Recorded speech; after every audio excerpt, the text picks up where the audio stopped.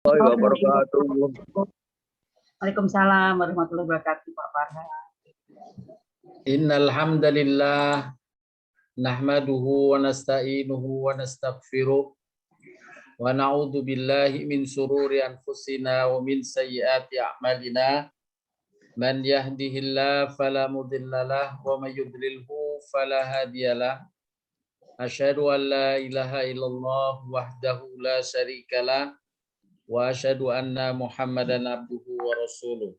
Allahumma salli ala nabiyyina Muhammad wa ala alihi wa sahbihi ajma'in. Allahumma rabbi israh li sadri wa yassir li amri wahlul 'uqdatam min lisani yafqahu qawli. Rabbi zidni ilma warzuqni fahma birahmatika ya arhamar rahimin. Bapak Ibu sekalian yang dirahmati Allah Subhanahu wa taala, alhamdulillah kita panjatkan pujian dan syukur nikmat kita kehadirat Allah Subhanahu wa taala atas berbagai karunia dan nikmat yang dilimpahkan kepada kita dan keluarga. Semoga Allah tetap memeliharakannya dan insya Allah selalu menambahkannya di hari-hari mendatang. Amin ya rabbal alamin. Bapak Ibu sekalian, pada pagi hari ini kita akan mendiskusikan kajian kita dengan tema yang akan saya share di layar.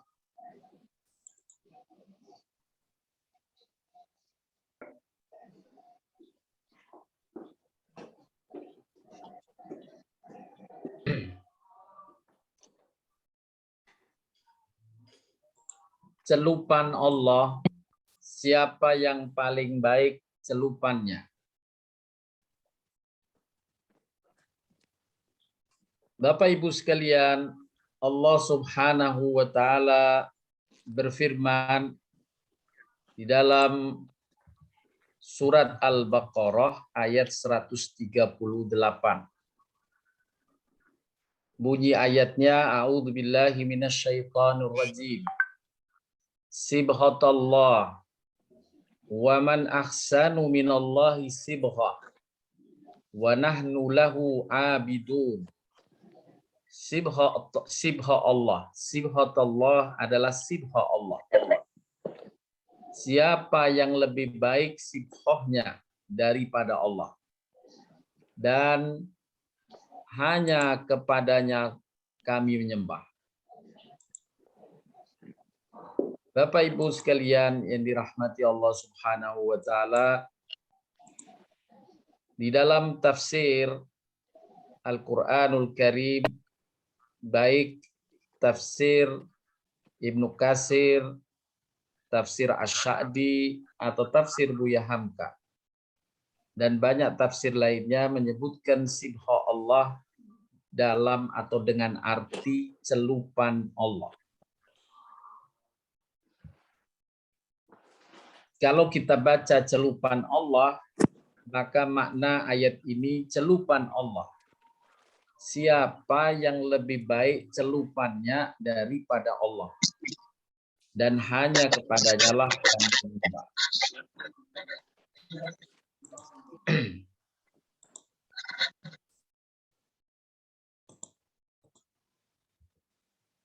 Sibghah artinya celupan.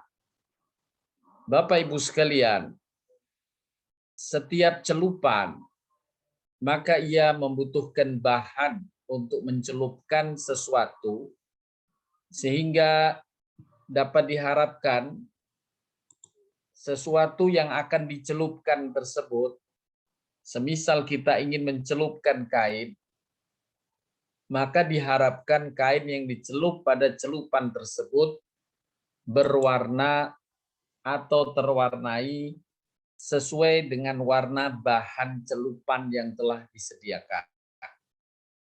Kalau kain yang kita akan celup misalnya berwarna putih, kemudian warna celupannya merah, nanti ketika dicelup, maka kain itu pun setelah kering akan berwarna merah.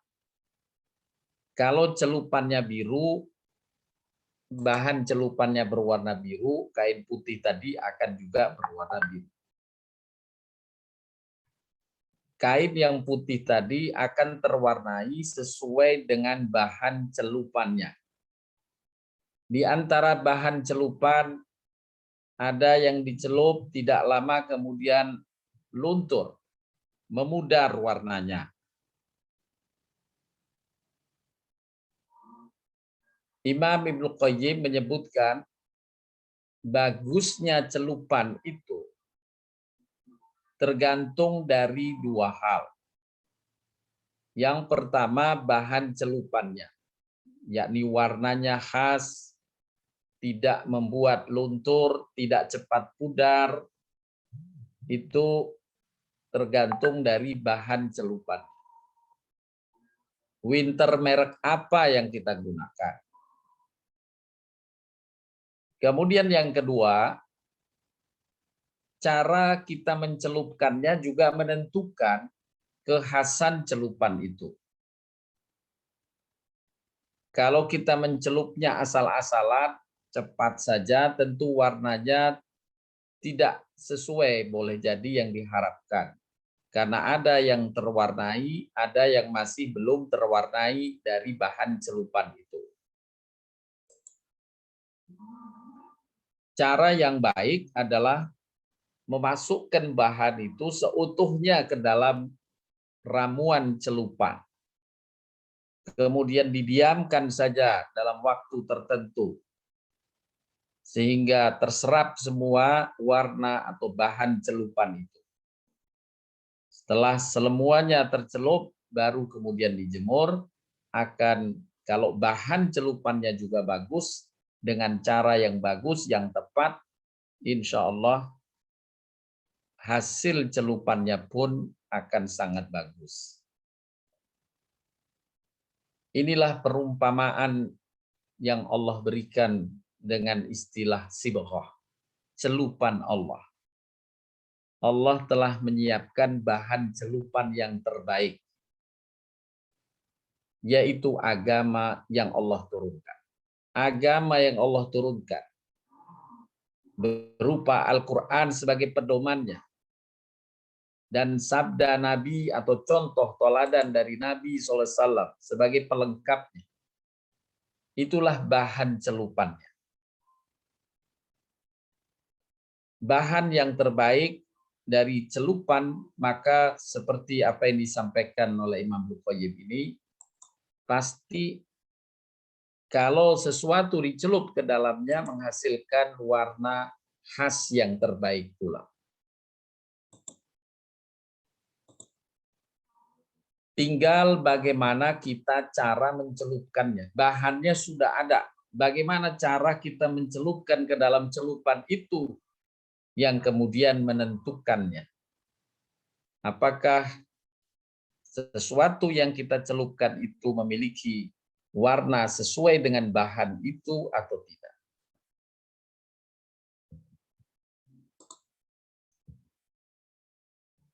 Sibghah Allah ini adalah celupan yang disandarkan berasal dari Allah. Allah menyediakan celupan yang dimaksud dengannya adalah ajaran agama Allah. Ya, seperangkat ajaran keimanan dan amal soleh, petunjuk tentang hak dan batil serta perintah dan larangan, yang semuanya bersumber dalam Al-Quran dan Sunnah Nabi Shallallahu Alaihi Wasallam. Dari bahan celupan ini, Nabi Shallallahu Alaihi Wasallam telah menjamin, Al-Islamu ya'lu wa la yu'la. Islam itu tinggi, sempurna, dan tidak ada yang mengalahkan ketinggian atau kesempurnaannya. Inilah bahan terbaik yang tidak ada yang bisa menandinginya. Allah telah menyiapkan bahan celupan. Di dalam ayat lain Allah Subhanahu wa taala menjaminkan tentang bahan celupan berupa agama yang Allah turunkan ini.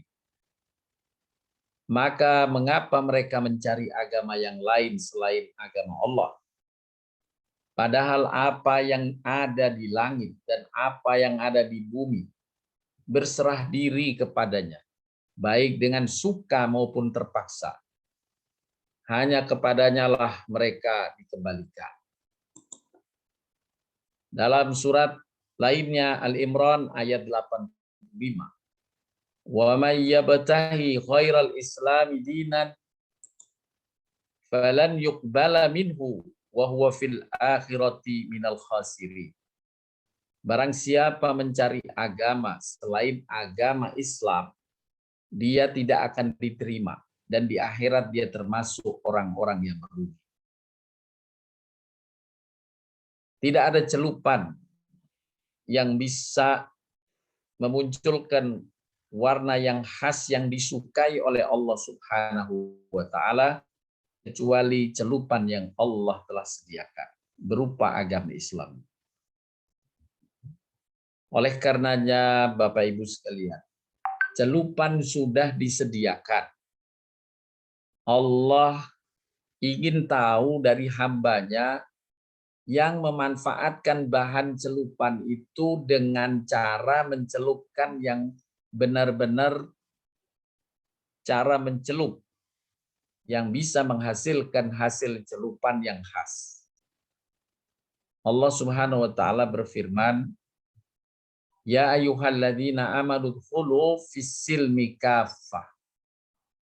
Hai orang yang beriman, masuklah kamu ke dalam Islam keseluruhan.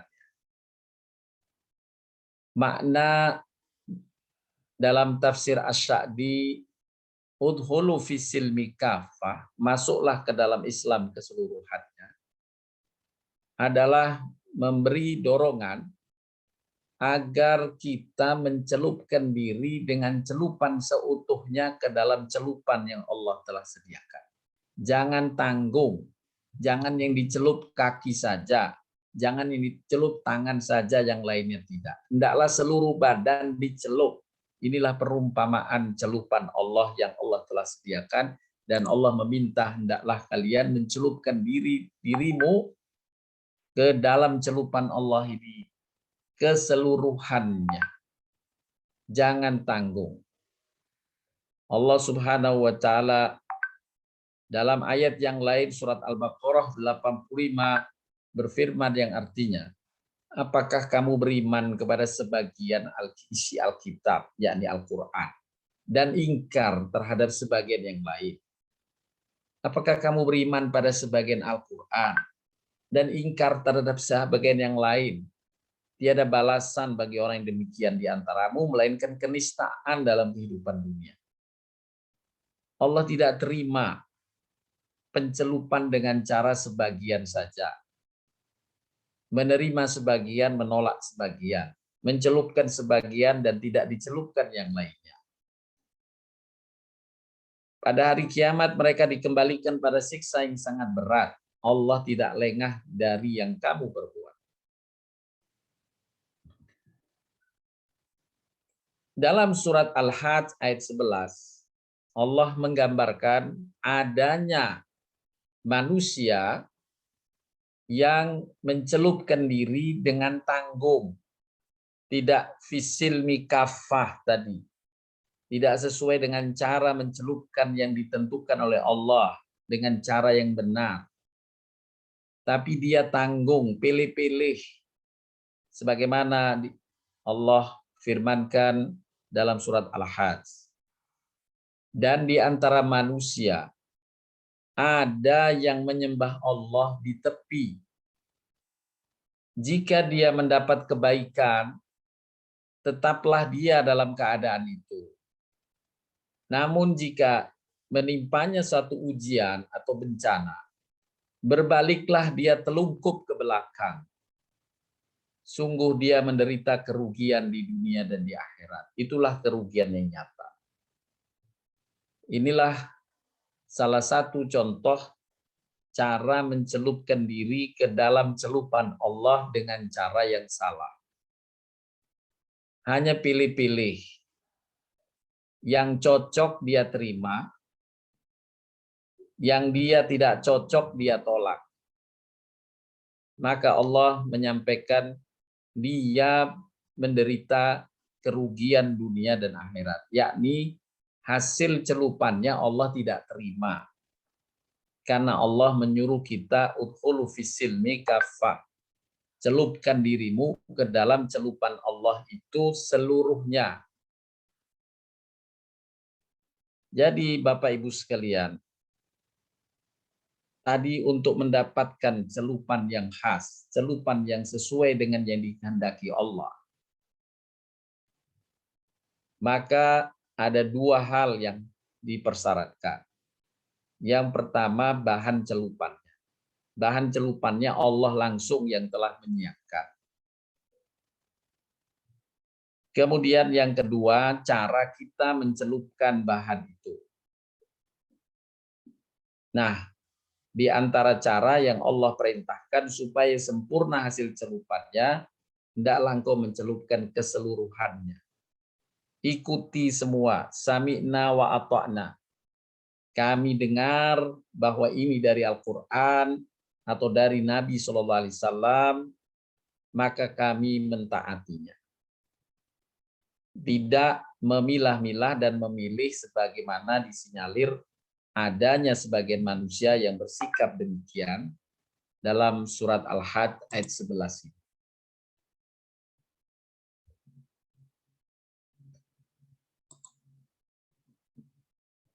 Maka Bapak Ibu sekalian, bila seseorang mencelupkan dirinya kepada Islam, agama yang sempurna, dengan mencelupkan dirinya kafah keseluruhannya, ia akan memperoleh hasil celupan yang terbaik.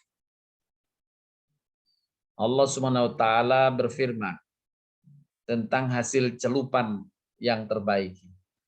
Kuntum khaira ummatin ukhrijat linnasi ta'muruna bil ma'ruf wa tanhauna 'anil munkar wa tu'minu billah.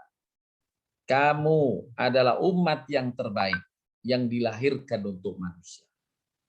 Bila seseorang hamba mencelupkan diri dengan celupan Allah pada celupan Allah, dengan celupan seutuhnya, maka Allah jamin pasti orang itu akan menjadi umat yang terbaik.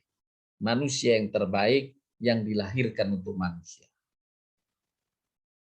Dialah yang akan memberi banyak manfaat. Khairun nas anfa'uhum linnas. Dan akan diberi kabar gembira oleh Allah. Allah menerima hasil celupannya itu. Itulah yang kita kemarin telah diskusikan sebagai celupan pribadi yang takwa.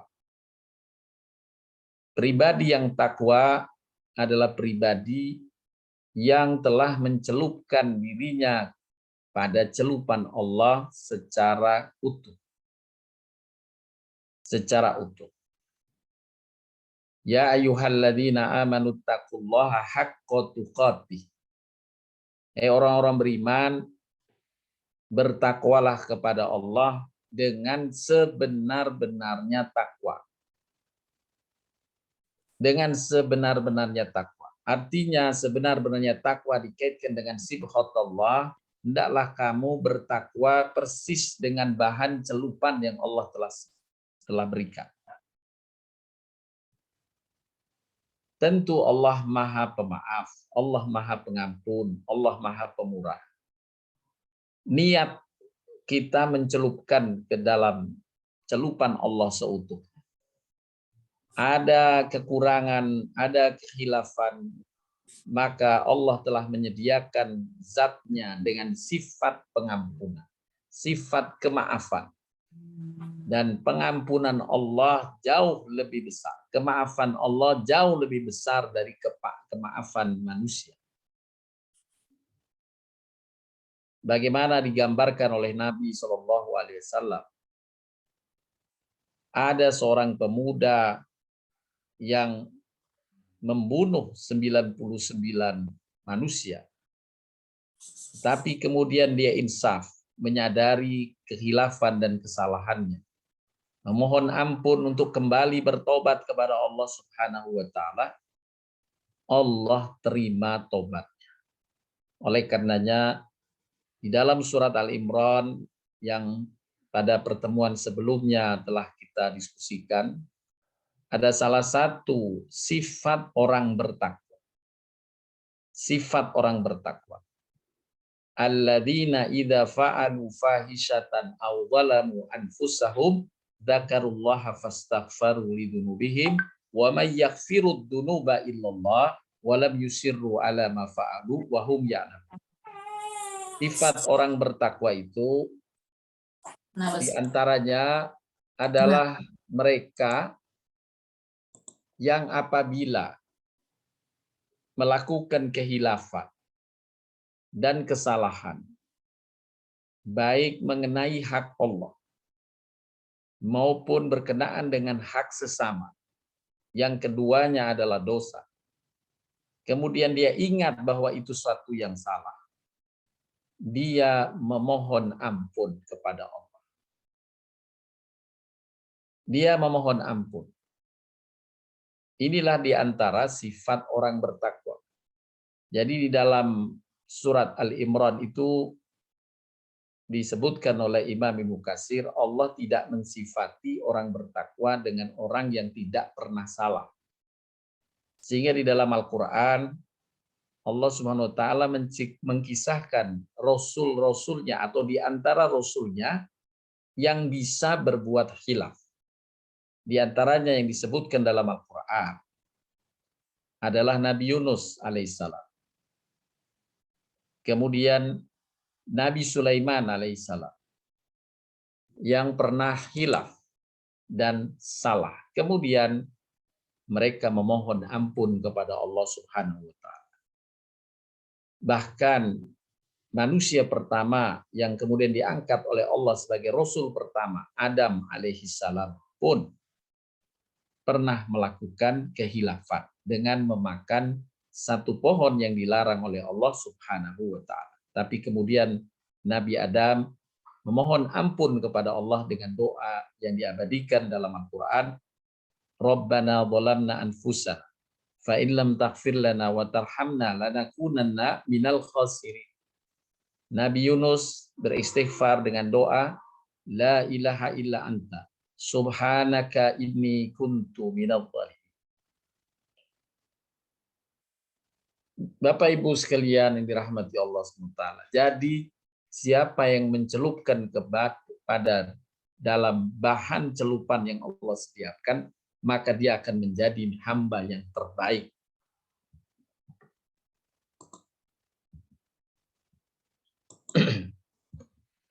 Dalam ayat yang lain Allah berfirman, wa kadzalika ja'alnakum ummatan wasatan litakunu syuhada'a 'alan nasi wa yakuna rasulu 'alaikum syahida. Dan demikian pula kami telah menjadikan kamu umat Islam, umat yang adil dan pilihan, agar kamu menjadi saksi atas perbuatan manusia dan agar Rasul Muhammad menjadi saksi atas perbuatan kamu. Antum syuhada'ullah fil ardh. Kalian semua adalah saksi Allah di muka bumi tentang kebaikan-kebaikan orang lain. Dan orang yang tercelup dengan celupan Allah, insya Allah sama-sama kita akan menyaksikan, manusia akan menyaksikan adalah manusia yang baik. Dalam surat Fussilat, Allah SWT berfirman pula, wa man ahsanu qawlan mimman da'a ilallahi wa amila salihan wa qala innani minal muslimin.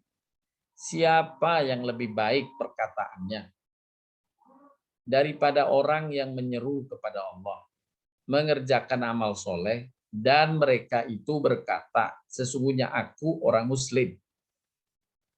Yang dimaksud dalam surat Fussilat dengan kalimat, sesungguhnya aku orang muslim. Siapa yang paling baik dari orang yang mengaku dirinya orang muslim, yang mencelupkan dirinya dengan celupan sibgha Allah ini, dengan celupan yang sempurna. Maka Allah melalui ayat ini memberikan pujian dan mengakui hasil celupan hamba yang mencelupkan diri secara utuh, sehingga dengannya dia bisa mengerjakan amal soleh dengan sempurna sesuai dengan apa yang Allah dan Rasul-Nya tunjukkan. Seperti halnya Kain, Bapak Ibu. celupan yang benar ini akan terwarnai dengan warna sesuai dengan warna celupannya. Demikian pula perumpamaan celupan Allah adalah bahwa agama Allah memberikan warna yang khas pada seseorang, baik pada segi keyakinannya, atau dari segi pemikirannya, atau dari segi perasaannya. Dari sisi keyakinan dia punya kekhasan. Dari sisi pemikiran akalnya punya kekhasan. Dari sisi perasaannya dia punya kekhasan. Dari sisi perbuatan dan sikap akhlak atau budi pekertinya punya kekhasan. Dan segi tampilannya pun punya kekhasan. Ketika seorang benar-benar berpegang pada agama Allah, maka ia akan memancarkan warna yang khas dalam hidup. Lebih lanjut, Asy-Sya'bi menyebutkan kekhasan dari mereka yang tersibhah dengan sibhah Allah, dengan celupan Allah. Yang pertama dari sisi keyakinan, al-i'tiqad. Dia memiliki kekhasan. Dengan rukun iman, terbukalah hakikat kehidupan, baik yang nyata maupun yang gaib. Dan terbuka siapa yang maha kuasa yang sebenarnya di alam semesta ini. Dengan ajaran Islam, seorang yang telah tercelup ke dalamnya hanya akan menjadikan Allah sebagai satu-satunya yang diabdi, diibadahi, ditaati, dan dimintai pertolongan. Sesuai dengan ikrar yang setiap hari Allah wajibkan untuk diulang. Iyyaka na'budu wa iyyaka nasta'in, wajib setiap hari diulang, kecuali baik mereka yang uzur. Hanya padamu ya Allah aku beribadah, dan hanya padamu ya Allah aku minta tolong. Inilah kekhasan setiap mukmin. Bila dia mencelupkan dirinya dengan cara yang benar, insya Allah sehari-harinya dia hanya beribadah lillahi ta'ala, sehari-harinya dia hanya minta tolong kepada Allah semata. Tidak minta tolong pada yang lain. Dalam hal yang dilarang oleh Allah, meminta tolong kepadanya. Semisal dalam surat Al-Jin ayat ke-6. Dengan tegas Allah melarang, jangan kamu meminta tolong kepada jin. Siapa yang meminta tolong kepada jin, dia syirik, menyekutukan Allah, dan termasuk dosa paling besar. Larangannya jelas. Tapi kalau minta tolong kepada sesama, justru Allah menyuruh, ta'awanu 'alal birri wat taqwa. Tolong menolonglah kalian dalam kebaikan dan ketakwaan sesama manusia. Tetapi kepada jin Allah melarang kita meminta tolong pada. Di dalam kehidupan masyarakat muslim yang kita saksikan, masih saja ada sebagian kaum muslimin yang minta bantuan kepada jin. Sesungguhnya dia tidak mencelupkan dalam celupan Allah secara utuh. Sehingga masih terlihat ruang bagaimana ia memiliki i'tiqad, memiliki keyakinan yang tidak khas sebagaimana yang Allah siapkan dalam celupannya itu. Seorang mukmin, seorang muslim tidak mungkin minta bantuan kepada pawang hujan yang menggunakan jin. Itu bukan khas celupan Allah. Kemudian yang kedua, pemikirannya pun khas. Cara berpikirnya khas. Ia dapat memilah mana cara berpikir yang benar, mana yang salah. Mana yang merupakan kebenaran, mana yang merupakan kebatilan. Semisal, ia akan menolak pemikiran yang tidak mengakui adanya Tuhan. Pemikiran yang menyatakan hidup itu untuk berfoya-foya saja atau mencari kesenangan dunia semata. Tidak, karena seorang mukmin yang memiliki celupan Allah ini, dia memiliki konsep kesinambungan hidup dunia akhirat. Oleh karenanya kehidupannya sesungguhnya terpancar dengan doa yang selalu disampaikan, Rabbana atina fid dunya hasanah wa fil akhirati hasanah. Itu doa yang sekaligus menjadi cita-cita hidup. Dunianya sukses, akhiratnya sukses. Dunia bahagia, akhirat pun bahagia. Kemudian pemikiran yang lebih mementingkan diri sendiri. Allah Subhanahu wa taala menginginkan kita mencelupkan diri dengan sifat yang Allah sampaikan di dalam Al-Qur'an, bahwa orang mukmin itu peduli pada lingkungan di sekitarnya, peduli pada anak yatim, peduli pada fakir miskin, peduli pada tetangga. Sehingga bila ada orang yang mementingkan dirinya sendiri, maka sungguh ia belum mencelupkan diri dalam celupan yang khas, yang benar dari Allah Subhanahu wa taala. Kemudian dari sisi perasaan, asy'uri juga memiliki perasaan yang khas. Dengan tercelup pada ajaran Islam, seseorang akan menyesuaikan rasa senangnya, rasa sukanya, rasa bencinya, sebagaimana Allah yang diimaninya menyenangi, menyukai, dan membenci sesuatu. Kalau celupan ini benar, apa yang Allah benci, dia rasanya juga sama, dia membenci. Apa yang Allah suka, perasaannya juga sama. Ya, dia akan menyukainya. Tidak terbolak-balik. Yang Allah suka, dia benci. Yang Allah benci, dia suka. Kalau terjadi demikian, berarti celupannya salah. Cara mencelupkannya yang salah. Celupannya sudah benar. Celupan yang Allah sediakan sudah khas. Tapi caranya yang salah, sehingga mengakibatkan tidak sesuainya perasaan dengan apa yang Allah maui. Yang Allah suka, dia benci. Yang Allah benci, dia suka. Na'udzubillahi min dzalik. Kemudian as-suluki, tingkah laku dan akhlaknya juga khas. Perilakunya khas, memancarkan ajaran yang Allah dan Rasul-Nya perintahkan. Budi pekertinya juga khas. Inilah di antara ciri seseorang tersibhoh, tercelup dengan celupan Allah, dengan cara mencelupkan yang baik, cara mencelupkan yang sesuai dengan apa yang Allah tetapkan. Udkhulu fis-silmil kafah, yang dimaknai oleh Asy-Sya'bi tadi dalam kitab tafsirnya, celupkan dirimu dengan celupan yang utuh, keseluruhannya kamu celup, jangan pilih-pilih, jangan tangguh.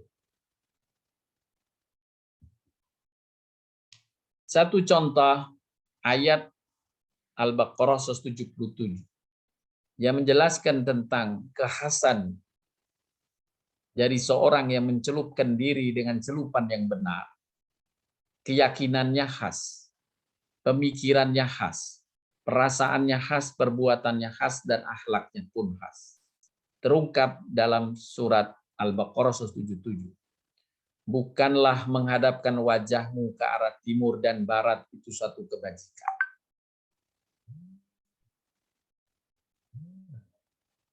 Akan tetapi sesungguhnya kebajikan itu ialah beriman kepada Allah, beriman pada hari kemudian, beriman pada malaikat-malaikat, beriman pada kitab-kitab, beriman pada nabi-nabi, kemudian memberikan harta yang dicintainya kepada kerabat, kepada anak-anak yatim, kepada orang-orang miskin, kepada musafir yang memerlukan pertolongan, kepada orang yang minta-minta, dan memerdekakan hamba sahaya, mendirikan salat, menunaikan zakat, dan orang-orang yang menepati janjinya apabila berjanji, dan orang-orang yang sabar dalam kesempitan, dalam penderitaan, dan dalam peperangan.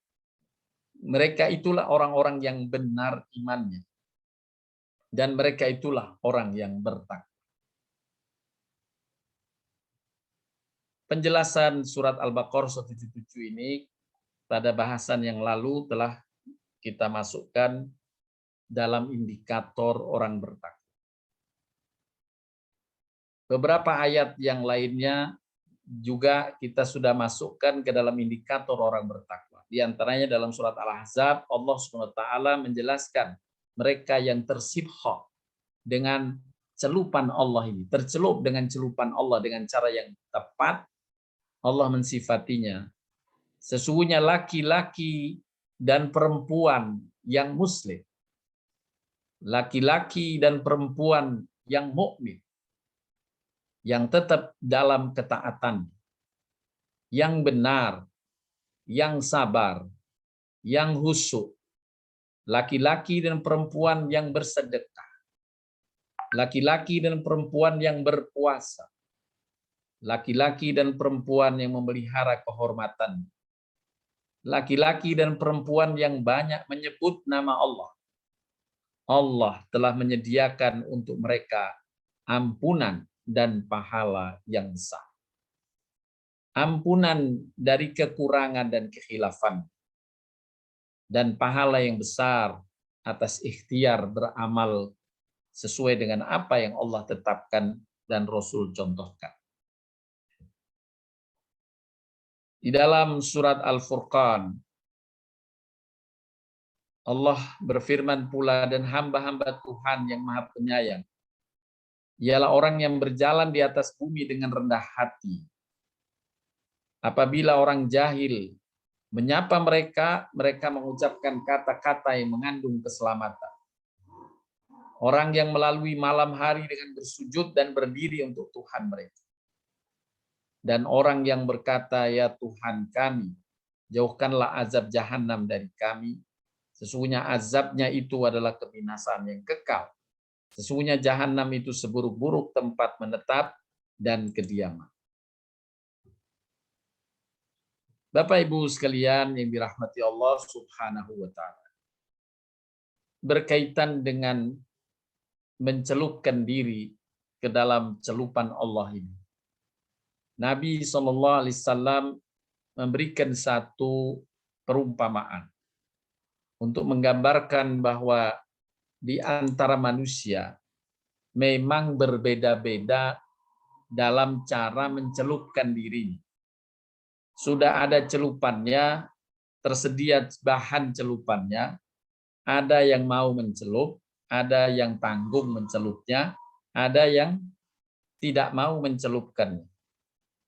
Nabi membuat satu perumpamaan dalam hadis yang panjang ini. Saya akan bacakan terjemahannya. Perumpamaan hidayah dan ilmu yang dibawakan dari sisi Allah. Celupan yang Allah siapkan bagi hamba-hambanya. Perumpamaannya seperti hujan yang turun ke bumi. Seperti hujan yang turun ke bumi. Maka ada sebagian lahan yang dapat menerima air itu, lalu ia menumbuhkan rumputan dan pepohonan yang lebat. Jadi di lahan-lahan tanah-tanah di bumi, ada yang dengan turunnya hujan di wilayah tersebut, dengan hujan itu tanah ini menumbuhkan rumputan dan pohonan yang lebat, menjadi hijau, seperti di tanah air kita insya Allah.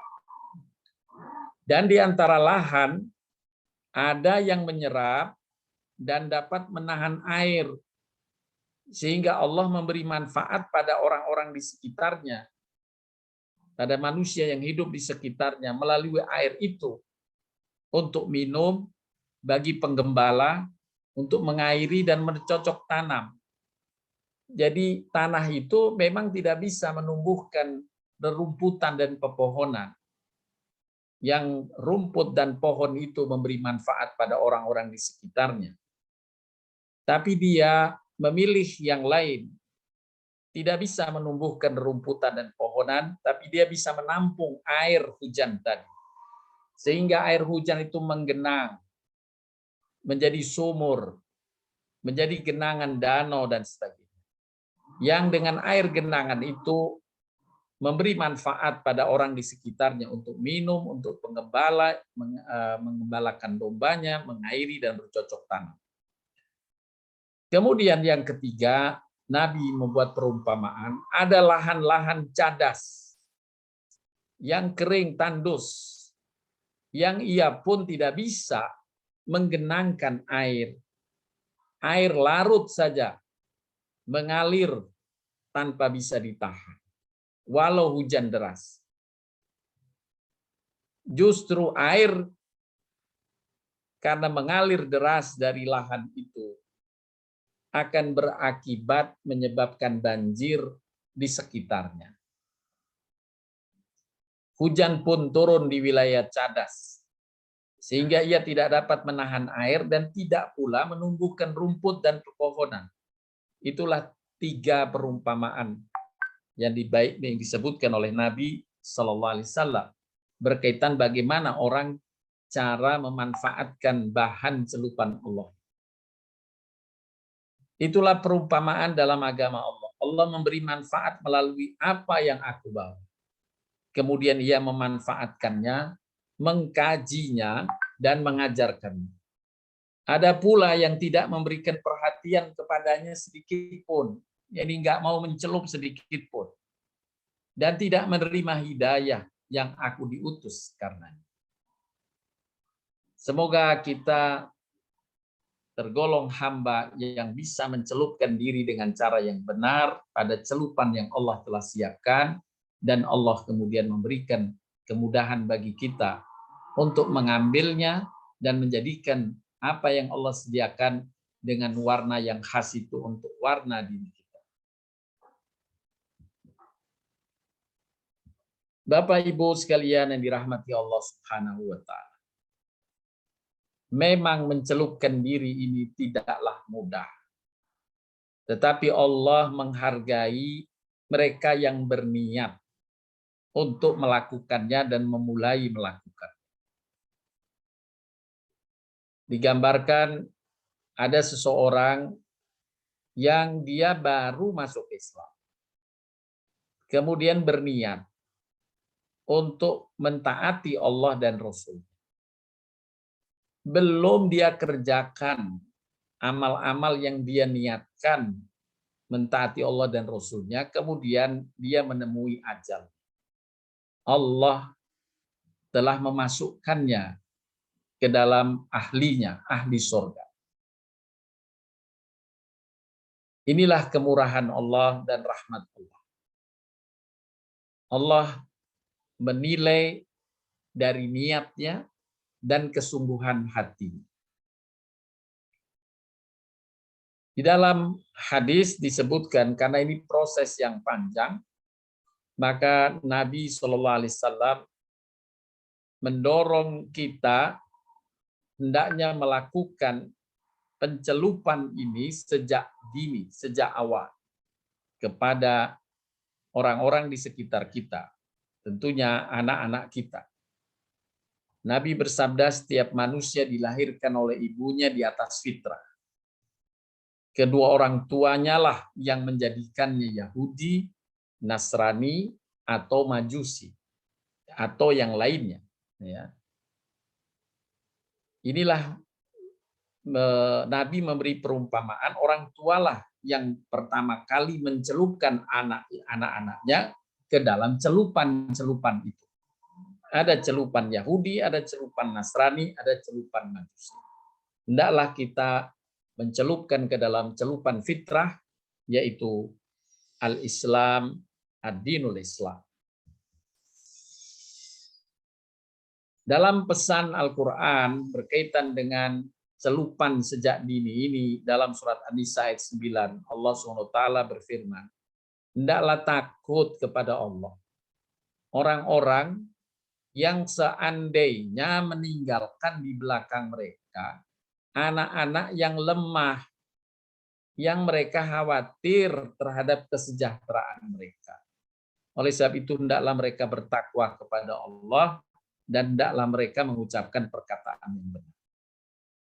Tafsir dari ayat di atas bahwa Allah berpesan, wahai para orang tua, hendaklah kalian merasa khawatir meninggalkan keturunan yang lemah dalam agamanya, dan juga lemah dalam akhlak budi pekertinya.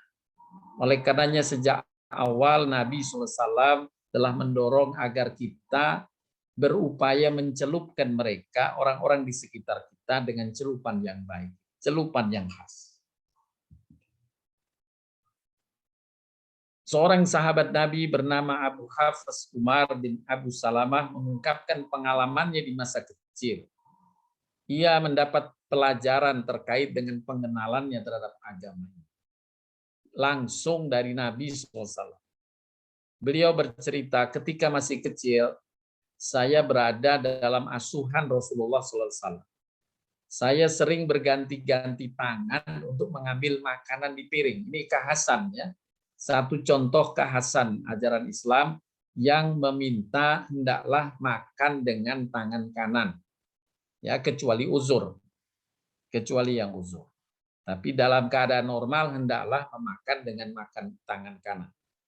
Dan hal ini sudah dibudayakan sejak kecil. Ketika pengakuan Abu Hafs ini bahwa saya selalu berganti-ganti tangan untuk mengambil makanan di piring, Nabi SAW menegurnya, ya hulamu samillah wa kul biyaminik wa kul mimma yalik. Wahai anak, sebutlah nama Allah ketika engkau makan. Bismillah.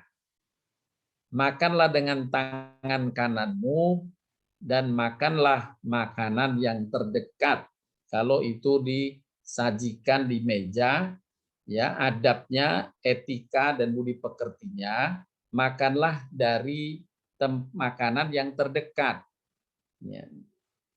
Ini disunnahkan Nabi SAW dan hendaklah diamalkan untuk membudayakan pada anak-anak atau anak-anak kita agar sejak awal mereka telah tercelup dengan ajaran Allah dan Rasul-Nya.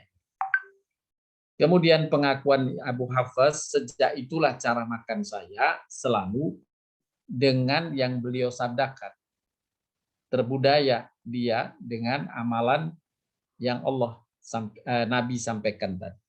Makannya selalu tangan kanan, ya tidak mengambil makanan yang jauh dari mejanya kecuali dia meminta bantuan.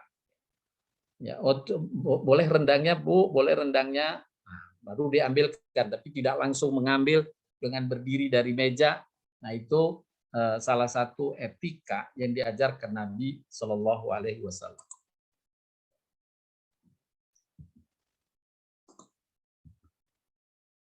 Selanjutnya, Bapak Ibu sekalian,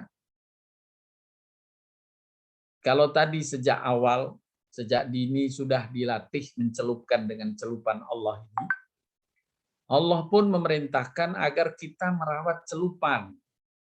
Jadi celupan ini kalau terkena matahari terus boleh jadi warnanya memudar. Celupan apapun itu bisa memudar sifatnya. Nabi SAW menjelaskan al-imanu yazidu wa yanqusu. Iman seseorang, ketakwaan seseorang bisa naik dan turun. Oleh karena itu hendaklah dirawat celupan ini. Allah SWT berfirman, ya ayyuhalladzina amanu qu anfusakum wa ahlikum nara wa quduhan nas wal hijarah. Ya orang yang beriman, peliharalah dirimu dan keluargamu dari api neraka yang bahan bakarnya adalah manusia dan batu. Agar kita tidak terpeleset, berubah warna celupan. Karena tidak menjamin, walau seseorang telah menyelupkan dengan celupan yang utuh, tetap terjaga celupannya tidak memudar. Oleh karenanya, pada waktunya dia mencelupkan lagi ke dalam celupan Allah Subhanahu wa Ta'ala. Dan sebagaimana telah kita bahas sebelumnya, bulan Ramadan adalah salah satu wasilah, salah satu cara yang Allah sediakan bagi kita untuk mencelupkan kembali kepada celupan Allah.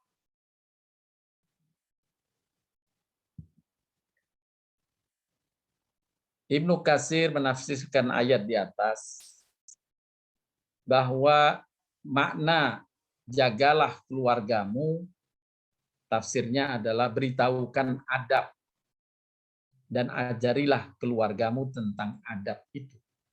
Adab-adab, yakni etika-etika, ya, akhlak yang dibangun dengan celupan Allah.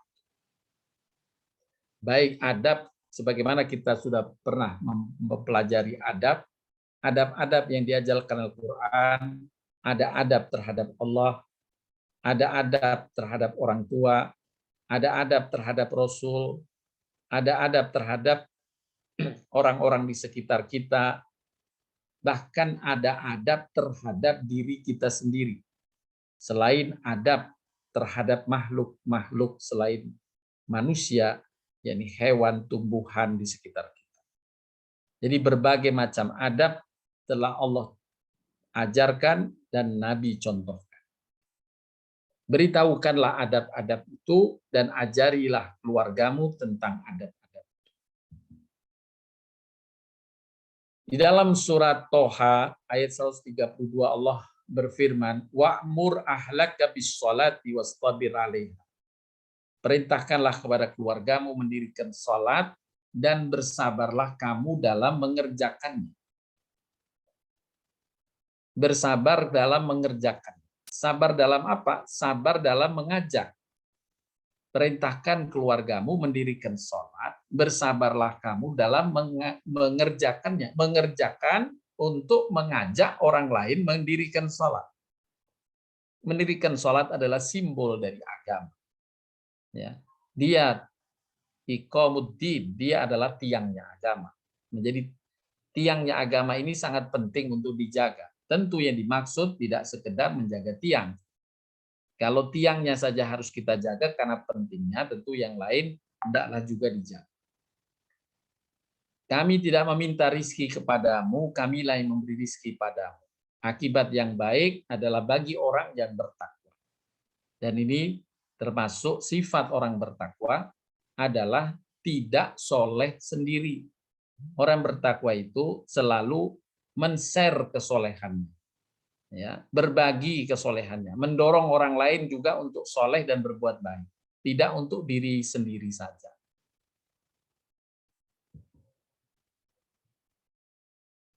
Bapak Ibu sekalian yang dirahmati Allah, oleh karenanya dengan celupan yang kita sudah pahami, celupan Allah yang telah kita pahami, dan cara mencelupkan yang juga sudah kita pahami, hendaklah kita sebagai hamba selalu memperbaharui dengan celupan Allah. Karena boleh jadi celupan kita bisa memudar. Seperti halnya kain celupan, apabila ia dipakai pada hal-hal yang kotor, maka warnanya pun akan pudar. Demikian pula perumpamaan bagi manusia yang telah tercelup dengan celupan Allah dapat pula pudar. Sebagaimana disabdakan oleh Nabi SAW dalam hadis Imam Tabrani, setiap amal itu pasti ada masa semangatnya. Dan setiap masa semangat pasti ada masa futurnya. Nah, masa futur inilah celupan itu bisa memudar. Barang siapa dalam kemalasannya masih dalam petunjuk Nabi SAW, maka insya Allah dia berada dalam petunjuk itu. Masih terjaga. Allah maafkan kehilafan dan salahnya. Ya, kehilafan salah Allah maafkan, tetapi dia tetap merujuk kembali. Tetap kembali kepada sibgha Allah ini, celupan Allah Subhanahu wa taala. Dia mengulang mencelup lagi. Dan sebagaimana tadi disampaikan, Allah telah menyediakan dalam setahun ini 1 bulan penuh dari 12 bulan, 1 bulan untuk diri kita semua mencelupkan diri kembali kepada celupan Allah Subhanahu wa taala. Allah mengingatkan kita semua, jangan berlalu waktu yang terlalu panjang kita tidak kembali mencelupkan diri kepada celupan Allah, yang akhirnya pudarnya warna khas dari celupan Allah itu hilang sama sekali. Na'udzubillah min dzalik. Allah mengingatkan dalam surat Al-Hadid ayat 16-17. Belumkah datang waktunya bagi orang-orang beriman untuk tunduk hati mereka mengingat Allah dan kepada kebenaran yang telah turun kepada mereka. Jangan mereka seperti orang-orang yang sebelumnya yang telah diturunkan kitab kepadanya. Kemudian berlalu masa yang panjang atas mereka. Lalu hati mereka menjadi keras. Berlalu masa yang panjang, mendiamkan dirinya, tidak mencelupkan kembali pada celupan Allah. Tidak beribadah kembali, memanfaatkan celupan bulan Ramadan ini. Dia lewati saja, tidak memanfaatkannya. Sampai bertahun-tahun, naudzubillah min dzalik, maka Allah mengabarkan hati mereka menjadi keras. Dan kebanyakan di antara mereka adalah orang yang fasik. Akhirnya karena hati menjadi keras, warna khas celupan itu memudar dengan tajam, maka ia berubah menjadi kefasikan. Bukan muhsinin. Ya. Muhsinin orang yang berbuat baik. Fasik orang yang menyimpang dari kebenaran dan dari perbuatan baik. Ketahuilah olehmu, sesungguhnya Allah menghidupkan bumi sesudah matinya. Sesungguhnya kami telah menjelaskan kepadamu tanda-tanda kebesaran kami, supaya kamu memikirkan. Bapak Ibu sekalian, ketika ayat ini turun, saat itu para sahabat, ketika Nabi membacakan ayat ini di hadapan sahabat-sahabatnya, para sahabat yang hadir menangis. Kemudian bertanya kepada Nabi, "Ya Rasulullah, apakah ketundukan kami, ketaatan kami selama ini belum diterima oleh Allah? Sehingga Allah menurunkan ayat bertanya, alam ya'ni lilladzina amanu an tahsya'a qulubuhum li dzikrillah. Belumkah datang waktunya? Apakah selama ini kami belum melakukannya? Padahal kami sudah mencoba melakukannya. Tapi kenapa Allah Subhanahu wa taala menyebut dengan pertanyaan belumkah datang waktunya? Seolah-olah apa yang kami lakukan belum diterima oleh Allah Subhanahu wa taala. Kemudian Nabi Shallallahu alaihi wasallam menjawab, "Wahai sahabatku, Allah menurunkan ayat ini. Malaikat Jibril menyampaikan kepadaku bahwa Allah menurunkan ayat ini karena begitu cintanya kepada hamba-hamba yang telah komit mencelupkan dirinya kepada celupan Allah. Allah khawatir karena sifat celupan. Kalau tidak diulang, dicelup lagi pada waktunya, setelah dipakai begitu lama, maka celupan itu bisa memudar. Karena cintanya Allah menganjurkan kalian mencelupkan sekali lagi, mencelupkan berulang kali lagi. Dan Allah telah menyiapkan momen, waktu-waktu untuk kita mencelupkan ini. Kapan saja hendaklah kita berupaya mencelupkan kembali, menyegarkan celupan kita kembali dengan celupan Allah.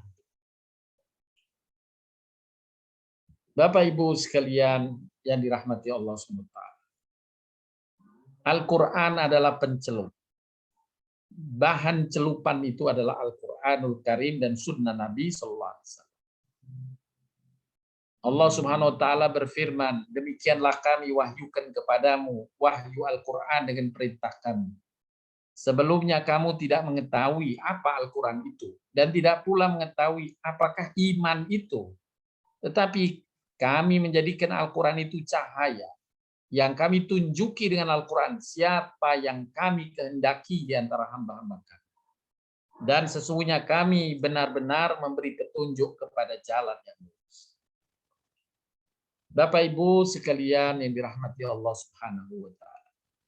Dalam ayat yang lainnya, wahai manusia, Sungguh telah datang kepadamu pelajaran dari Al-Quran, dari Tuhanmu, penyembuh bagi penyakit yang ada dalam dada. Ya, berkaitan dengan keyakinan, kegelisahan, perasaan akan tersembuhkan dengan kembali mencelupkan diri kepada Al-Quran. Dan dia petunjuk serta rahmat bagi orang yang beriman. Katakanlah Muhammad, dengan karunia Allah dan rahmat, hendaklah dengan itu mereka bergembira. Karunia dan rahmatnya itu lebih baik dari apa yang mereka kumpulkan. Celupan, bahan celupan ini Allah sediakan. Hendaklah kita semua bergembira. Karena ini merupakan rahmat Allah Subhanahu wa Ta'ala. Dan siapa yang mencelupkan dirinya dengan cara yang utuh, Allah menjaminkan kebahagiaan baginya dunia dan akhirat. Bapak Ibu sekalian yang dirahmati Allah Subhanahu wa Ta'ala. Dalam ayat yang lain Allah mengabarkan beruntunglah mereka yang mensucikan dirinya. Allah berfirman, wa nafsi wa ma sawwaha fa alhamaha fujuraha wa taqwa. Qad aflaha man zakkaha wa qad khaba man dassaha. Dan jiwa serta penyempurnaan atau penciptaan, maka Allah mengilhamkan kepada jiwa itu jalan kefasikan dan jalan ketakwaan. Sesungguhnya beruntunglah orang yang menyucikan jiwa. Makna mensucikan jiwa dalam konteks sibghah adalah yang mencelupkan dengan cara celupan yang baik.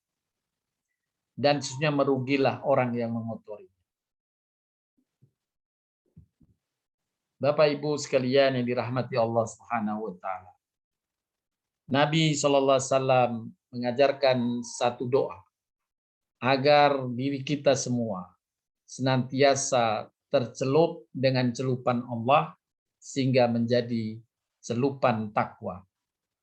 Nabi mengajarkan doa yang insya Allah doa ini dapat kita manfaatkan khususnya di bulan-bulan Ramadan ini.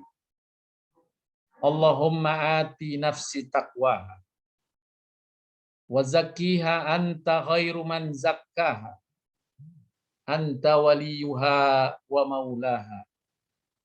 Allahumma inni a'udzubika min ilmin la yanfa wa min qalbin la yakhsha wa min nafsin la tashba wa min da'watin la yustajabu laha. Ya Allah, karuniakan ketakwaan pada jiwaku. Sucikanlah dia. Sesungguhnya Engkau sebaik-baik yang mensucikan jiwa. Engkaulah yang menjaga serta melindungi. Ya Allah, aku berlindung kepadamu dari ilmu yang tidak bermanfaat. Dari hati yang tidak pernah khusyuk.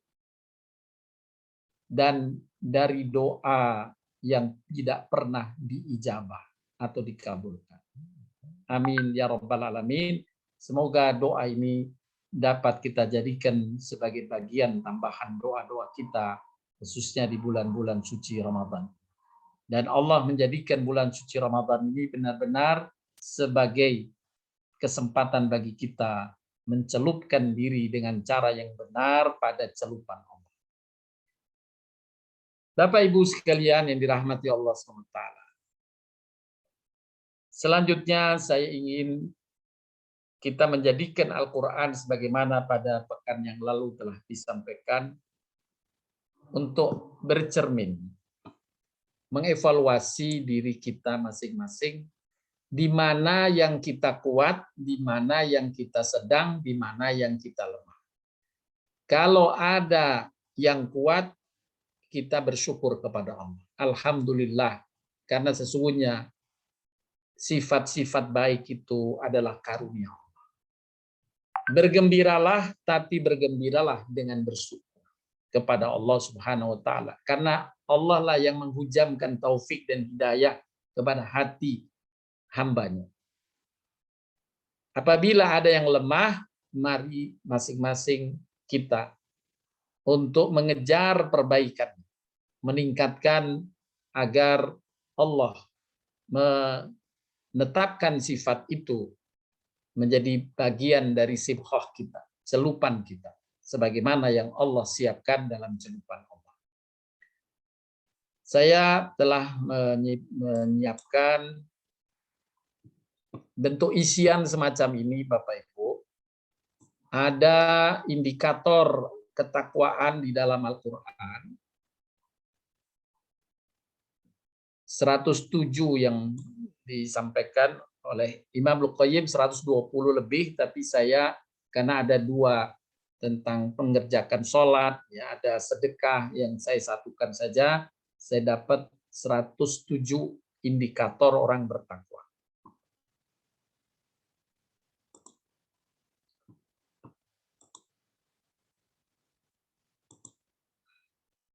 Saya share di layar.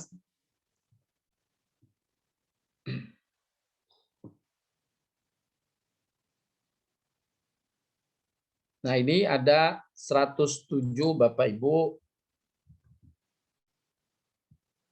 indikator orang bertakwa.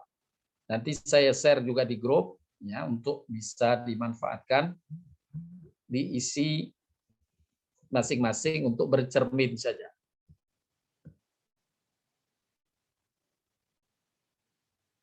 Nah, ini boleh Bapak Ibu isi di checklist saja dengan isi sangat baik, baik, sedang, kurang baik, sangat kurang baik. Tinggal di checklist. Misalnya beriman kepada yang gaib, insya Allah sangat baik. Mendirikan sholat fardu, insya Allah sangat baik. Menafkahkan rizki, insya Allah sangat baik. Beriman kepada Al-Quran, insya Allah sangat baik. Yakin adanya kehidupan akhirat. Ini semua indikator orang bertakwa yang sudah kita bahas dalam 2 kali pertemuan pada pekan yang lalu. Kita jadikan ini sebagai celupan, sibghah, dan kita usahakan diri kita tersibghah, tercelup dengan sifat-sifat. Nah, di sini untuk mengukur tingkat mana yang pokok, mana yang keutamaan, tanda yang semacam ini kita beri atau kita tandai sebagai hal yang pokok. Beriman pada yang gaib itu pokok. Mendirikan sholat itu pokok. Bobotnya lebih tinggi dibanding yang di sini ada tanda bintang. Ya. Memberikan harta yang dicintai kepada kerabatnya, ini tanda bintang. Menunjukkan keutamaan di bawahnya setelah yang pokok. Kemudian ada juga yang tanda lebih dari semacam ini dalam kurung, memberikan harta yang dicintai kepada musafir.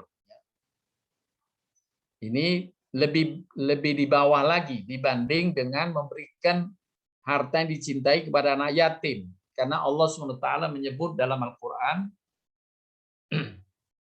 Ara'aital ladzi yukadzibu biddin, fadzalikal ladzi yad'ul yatim. Tahukah kamu orang yang mendustakan agama? Yaitu orang yang menghardik anak yatim. Ya, anak yatim itu kedudukannya lebih utama untuk diberi santunan daripada orang yang tidak kita kenal di dalam perjalanan.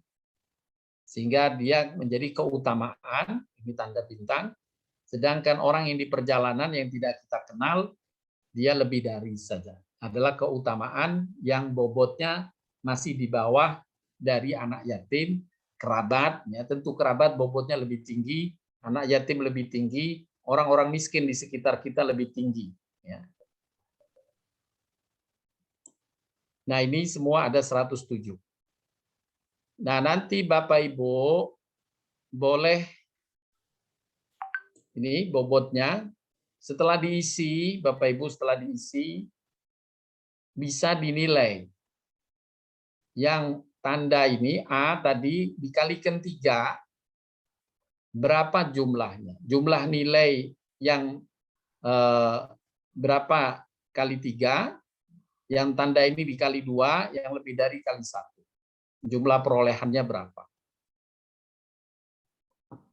Kemudian, nah ini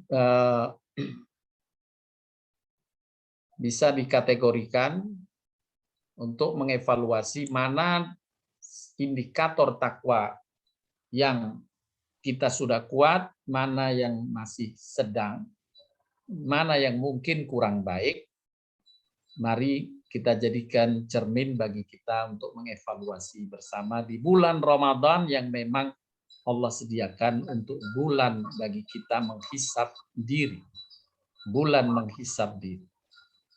Inilah Bapak Ibu yang bisa disampaikan, mudah-mudahan bermanfaat. Mohon maaf bila ada kata yang kurang berkenan. Wabillahi taufiq wal hidayah. Sebelumnya dipersilahkan untuk kita berdiskusi atau bertanya jawab. Terima kasih Pak Ustadz. Silakan yang ingin bertanya, mungkin 1 atau 2 orang karena waktunya tidak cukup. Raise-nya di mana ya?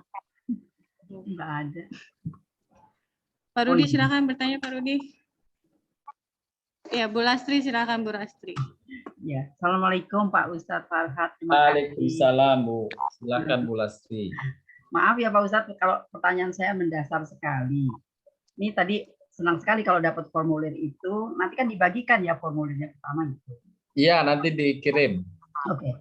Nah, tapi sekarang saya mau bertanya gini, saya tuh setiap seminggu sekali pasti ada orang orang minta-minta gitu, yang sama saja. Bisa ada sampai 5 orang nih kalau saya hitung ya kemarin sampai dengan. Lalu minta sedekah. Memang sih saya bisa memberikan tapi apa adanya gitu.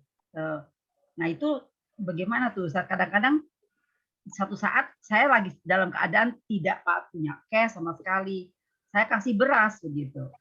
Itu gimana itu Ustaz? Tapi itu seminggu sekali pasti orang yang sama yang datang. Baik Ibu. Kalau Ibu sudah memberikan dengan berat, dengan yang ada itu Masya Allah, Alhamdulillah. Ya. Nggak banyak Ustaz, seliter barangkali kurang. Tidak apa-apa, yang penting istiqomah. Ya. Jangan memang kita terganggu kadang-kadang karena orang yang meminta berulang. Ya, kita terganggu. Tetapi ingatlah, sesungguhnya kita meminta kepada Allah lebih-lebih berulang. Oh ya. Ya. Dan Allah amat penyabar. Makanya ada sifat Allah itu as-sabur. Itu salah satu asmaul husna. As-sabur, maha penyabar. Diminta berulang-ulang sama hambanya, sudah dikasih sama Allah, lupa terima kasih. Ya. Nah, kalau kita ingat itu, bahwa kita sering minta pada Allah, sudah dikasih, kita lupa. Maka kita bersikap insya Allah seperti itu menyikapi orang lain dengan kemampuan tadi yang kita bisa. Nggak ada uang ya kita beras kasih. Kalau memang benar-benar nggak ada sama sekali, boleh kita tolak, ya. Lain kali Bu, lain kali Pak, gitu saja. Oke. Ya, jadi kita nggak usah marah untuk menyikapi permintaan berulang dari orang-orang yang membutuhkan. Begitu Bu Lasti. Orang tersebut mengatasnamakan bagaimana Ustadz? Kalau orang tersebut ada 2 diantaranya untuk saya minta sumbangan, ini khusus kalau ini benar-benar minta sumbangan untuk anak yatim saya makan jauh ya gitu. Itu bagaimana? Karena memang kebetulan pernah akan bantu sekali waktu itu kami memang ada rezeki, tapi sekarang ini jadi sebulan sekali seperti menagih gitu. Itu juga bagaimana Ustadz? Nggak ya. Harus. Baik. Memang sebaiknya Bapak Ibu kita punya target, punya schedule ya, punya berapa dana misalnya yang kita ingin sisihkan untuk berinfak ya.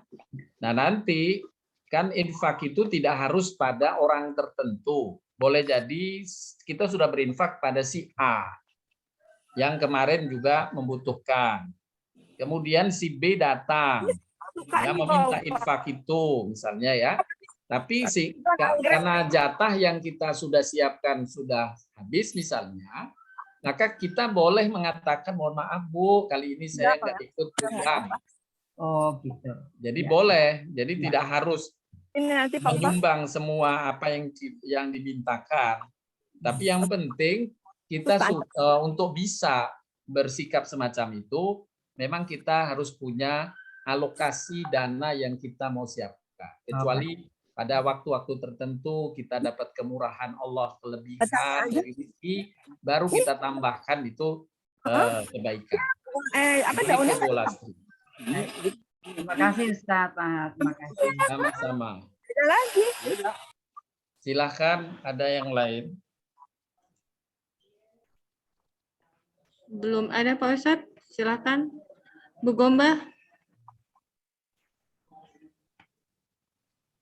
Silakan Bapak Ibu. Makasih. Makasih Mbak Lili. Assalamualaikum warahmatullahi wabarakatuh. Waalaikumsalam warahmatullahi wabarakatuh. Celupan Allah Ustadz. Celupan Allah ini yang membuat adalah Allah Subhanahu wa Ta'ala, dan itu adalah termasuk apa yang harus dilakukan oleh manusia untuk menunjukkan kesungguhannya kepada Allah. Pertanyaan saya adalah beberapa orang itu ada yang memang dia sudah mempunyai niat banget ingin menjadi dan mempunyai dan melakukan segala syarat-syarat celupan, ya.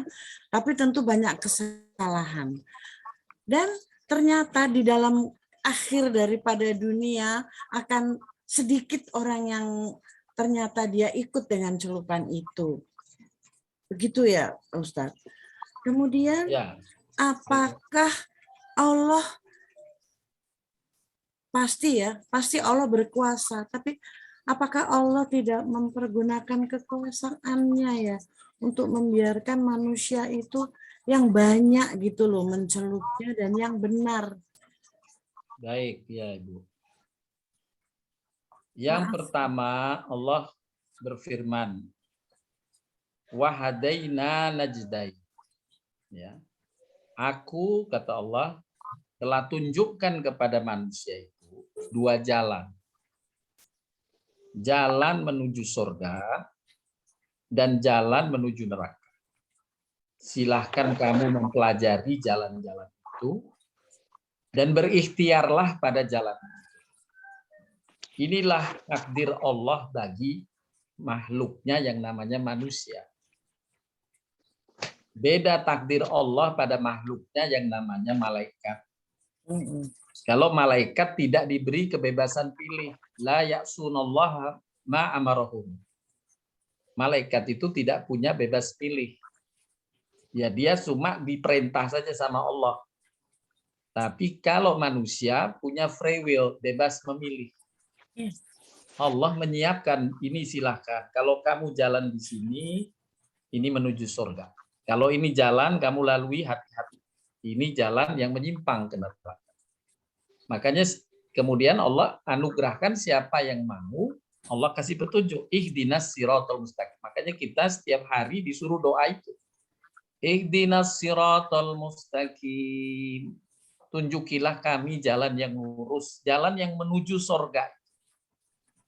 Syaitan selalu mengganggu manusia dari jalan yang lurus itu. Nah, setan yang selalu mengganggu. Inilah takdir Allah pada manusia. Dan Allah juga telah takdirkan pada bagi kehidupan manusia ini bahwa yang berhasil menuju jalan surga itu sedikit. Maka berbahagialah kalau kita alhamdulillah berada dalam hidayah dan taufik Allah. Ya. Sedikit. Itulah yang Allah telah takdirkan. Allah telah tetapkan bagi makhluknya yang namanya manusia. Jadi kita nggak bisa membalik di surga banyak, di neraka sedikit, tidak. Karena itu takdir yang sejak awal Allah telah tetapkan. Silahkan kalian fastabiqul khairat, berlomba. Jadi inilah sunnatullahnya. Namanya perlombaan yang menang itu sedikit. Kita bisa bayangkan pengumuman perlombaan. Udah pakai acara seremonial begitu. Iya. Juara 1, juara 2, pesertanya 100. Disebut juara 1 sampai juara 99. Ya, ya namanya bukan lomba. Makanya menuju surga itu perlombaan. Fastabiqul khairat. Ya, berlombalah kamu. Dalam surat Fatir yang pernah kita pelajari dan kita ulang, "Tsumma awrathnal kitabal ladzina astafaina min ibadina faminhum zalimun li nafsi wa minhum muqtasidun wa minhum sabiqun bil khairat." Sabik itu berlomba. Ya. Dan di antara mereka ada orang-orang yang gagal, zalimun li nafsi. Ada orang yang tengah-tengah saja, pas-pasan. Tapi ada orang yang sabiqun bil khairat, yang dia unggul dalam perlombaan itu. Dan itulah sebaik-baik hamba. Nah, jadi memang sunnatullahnya dalam hidup manusia ini Allah telah tetapkan begitu. Seperti halnya ya sunnatullahnya dalam kehidupan manusia ini ada pengganggu, yaitu setan dari golongan jin. Ya, kalau kita berbicara apakah Allah bisa? Ya bisa. Tapi memang inilah Allah yang sudah tetapkan bahwa ada pengganggu dari kalangan jin. Gitu. Dan Allah beri kesempatan bagi hambanya yang beriman, gangguan itu Allah sengaja hilangkan sementara di bulan Ramadan. Jin-jin, setan-setan dibelenggu di bulan Ramadan saja. Tapi setelah itu dibuka lagi, silahkan berlomba. Ya. Begitu Bu Gomba. Mudah-mudahan kita tetap berada dalam Insya jalan Allah, yang amin. Tapi kita tetap kita bisa dengan usaha sendiri kan, saudara, misalnya banyak, ada yang setengah sibehok, ada yang seperempat, ada yang itu. Tapi itu bisa diusahakan dengan doa ya gitu ya Ustadz. Iya, doa, insya Allah doa kita, ikhtiar kita dengan ud'u ila sabil rabbika bil hikmah, ya, ajaklah dengan bijaksana. Itu penting. Ya, kebijaksanaan itu akan memudahkan orang lain yang memiliki cara berpikir, dia akan mudah menerima. Makanya perintah Allah itu ud'u ila sabil rabbika bil hikmah. Ya. Yang pertama itu disebut bil hikmah, dengan kebijaksanaan kamu. Ya, yang Nabi telah contohkan bagaimana Nabi mencontohkan, mengajak orang lain itu dengan ajakan yang bijak, gitu ya. Sampai seperti pernah saya sampaikan, ada sahabat, ada seorang yang nanya, "Ya Rasulullah, saya sudah syahadat. Lalu saya ingin masuk surga. Apa yang saya harus kerjakan?" Nabi cuma berpesan saat itu 2. Sholatlah 5 waktu dan keluarkan zakat. 2. Coba kalau kita, harus ngaji ini tiap hari, kamu kan terlambat ngaji, harus tiap hari. Ya, kaget dia. Nah, Nabi cuma 2 itu. Setelah orang itu pergi, orang itu balik lagi. Ya Rasulullah, bagaimana kalau aku mengerjakan sholat 5 waktu saja? Nabi masih bisa menjawab, silahkan kerjakan sholat 5 waktu. Nabi tidak mengomentari nggak boleh, juga tidak mengomentari menjelaskan, nggak bisa, zakat itu wajib, juga enggak. Saat itu tidak. Kerjakan sholat. Sehingga sahabat Nabi yang berada di sekitar Nabi, Umar bin Khattab, bertanya pada Nabi, "Ya Rasulullah, apakah bisa orang memisahkan puasa dengan zakat? Karena dalam hukumnya nggak bisa. Dua-duanya rukun Islam." Tapi Nabi menjawab pertanyaan Umar bin Khattab ini, "Wahai Umar, bersabar. Orang ini setahun ini sholat. Tahun depan insya Allah dia sholat dan zakat. Karena zakat baginya baru jatuh kewajibannya tahun depan. Karena ada haul zakat. Ada waktu tunggu harta itu 1 tahun. Jadi kalau kita jelaskan wajib bagimu zakat, belum wajib bagi dia sekarang.